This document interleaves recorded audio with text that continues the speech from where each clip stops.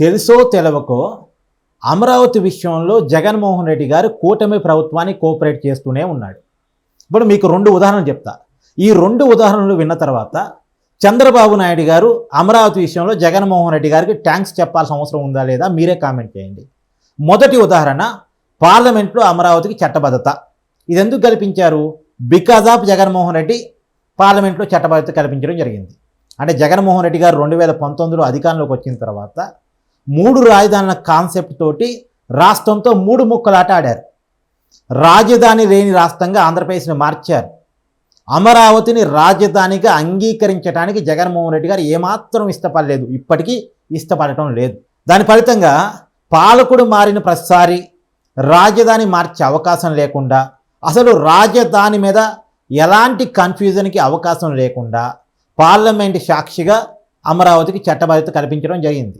మామూలుగా రాజధాని అనేది రాష్ట్ర పరిధిలోని అంశం, కానీ బికాజ్ ఆఫ్ జగన్మోహన్ రెడ్డి వల్ల రాష్ట్ర పరిధిలోని అంశాన్ని కేంద్రం పరిధిలోకి తీసుకెళ్ళి, పార్లమెంటు పరిధిలోకి తీసుకెళ్ళి రాష్ట్ర విభజన చట్టానికి సవరణ చేసి పార్లమెంటు ద్వారా అమరావతికి చట్టబద్ధత కల్పించడం అనేది జరిగింది. రేపొద్దున మళ్ళా జగన్మోహన్ రెడ్డి అధికారంలోకి వచ్చినా లేదా ఇంకెవరైనా అధికారంలోకి వచ్చినా అమరావతి కాదు నేను మావిగని కడతాను, అమరావతి కాదు ఇంకేదో కడతాను అంటే అది కుదిరే పని కాదు. మళ్ళీ పార్లమెంట్లో చట్ట సవరణ చేస్తేనే సాధ్యం.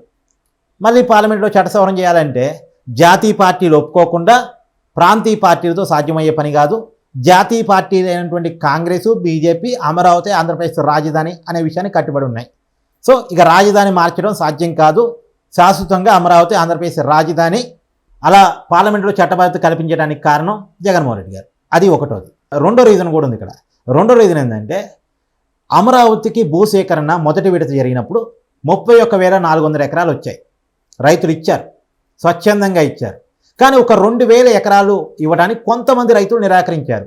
96% రైతులు భూములు ఇచ్చినప్పటికీ కూడా ఒక 4 to 5% రైతులు భూములు ఇవ్వడానికి నిరాకరించారు. దానికి రకరకాల కారణాలు ఉన్నాయి. ఒకటి రాజకీయ కారణాలు, 2 కొన్ని గ్రామాల్లో భూముల రేట్లు ఎక్కువగా ఉండటం. ఎగ్జాంపుల్ పెనుబాక, ఉండవల్లి ఆ గ్రామాల్లో ఏంటంటే కొంత హైవేకి ఆ గ్రామాలు దగ్గరగా ఉంటాయి. దానివల్ల మిగతా గ్రామాలతో పోల్చినప్పుడు ఆ 2 గ్రామాల్లో కొద్దిగా భూముల రేట్లు ఎక్కువగా ఉంటాయి. కాబట్టి మాకు ఎక్కువ పరిహారం ఇవ్వాలనో లేదో మాకు సిఆర్డిఏ చట్టాల్లో కొంత వెసులుబాటు ఇవ్వాలని ఏదో వాళ్ళు కోరారు. మొత్తానికి వాళ్ళు కొంత భూములు ఇవ్వలే, 4 to 5% ఇవ్వలే. 29 గ్రామాల్లో ఒక 2 గ్రామాలు కాకుండా మిగతా గ్రామాల్లో కూడా అక్కడక్కడ కొంతమంది రైతులు ఇవ్వలే. నేలపాడు, రాయపూడి ఇలాంటి చోట కొంతమంది రైతులు ఇవ్వలే, ఒక 2,000 ఎకరాల వరకు.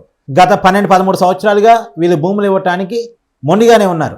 అయితే ఈ మొండిగా ఉన్నటువంటి రైతుల భూములు తీసుకోవడానికి రాష్ట్ర ప్రభుత్వం భూసేకరణ చట్టం కింద భూములు తీసుకోవాలని నిర్ణయించింది.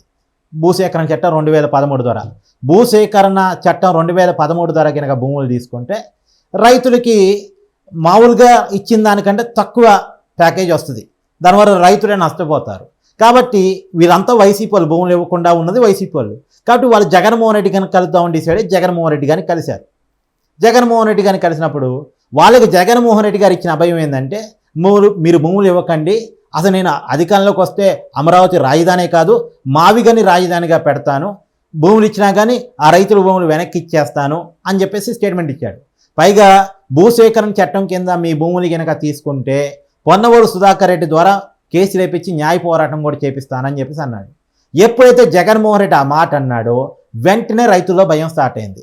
ఏదో జగన్ని కలిస్తే పరిహారం పెరుగుతుందేమో, మా తరపున గట్టిగా మాట్లాడి వీళ్ళకి పరిహారం పెంచమని జగన్ అడుగుతాడేమో అని మేము పోతే అసలు రాజధాని మార్చేస్తా అంటాడేంటి, అసలుకే మోసం వచ్చేటట్టుంది, ఈ గోళ మనకెందుకు అని చెప్పేసి వెంటనే వాళ్ళు జగన్మోహన్ రెడ్డి కలిసి వచ్చిన తర్వాత రోజే భూములు ఇచ్చారు.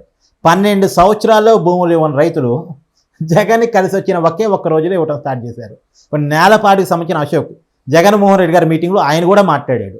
కానీ జగన్కి కలిసి వచ్చిన తర్వాత రోజే సిఆర్డిఏ అధికారిని కలిసి ఇగోని నాకున్న 10 ఎకరాలు మీకు అప్పచెప్తున్నాను, పైగా నా బంధువులకు సంబంధించిన భూమి కూడా ఉంది, అది కూడా తీసుకొచ్చి తర్వాత రోజు అప్పచెప్తానని చెప్పేసి వచ్చాడు. ఆ అశోక్ జగన్తో మాట్లాడిన మాట ఇప్పుడు వైరల్గా మారాయి. ఒక్క వైసీపీ కుటుంబం మాది, నేను మొండిగా భూములు ఇవ్వకుండా ఉన్నాను, నన్ను ఈ కూటమి ప్రభుత్వం కక్ష సాధింపుతో భూసేకరణ కింద నా భూమి తీసుకుంటుందట అని మాట్లాడాడు. ఆ మాట్లాడినప్పుడు జగన్ ఇక లేదు నేను మావిగని చేస్తాను, నువ్వు భూములు ఇవ్వద్దని చెప్పాడు. ఆ మాట విన్న అశోక్ పరిగెత్తుకుంటూ వచ్చి భూములు ఇచ్చినట్టుంది.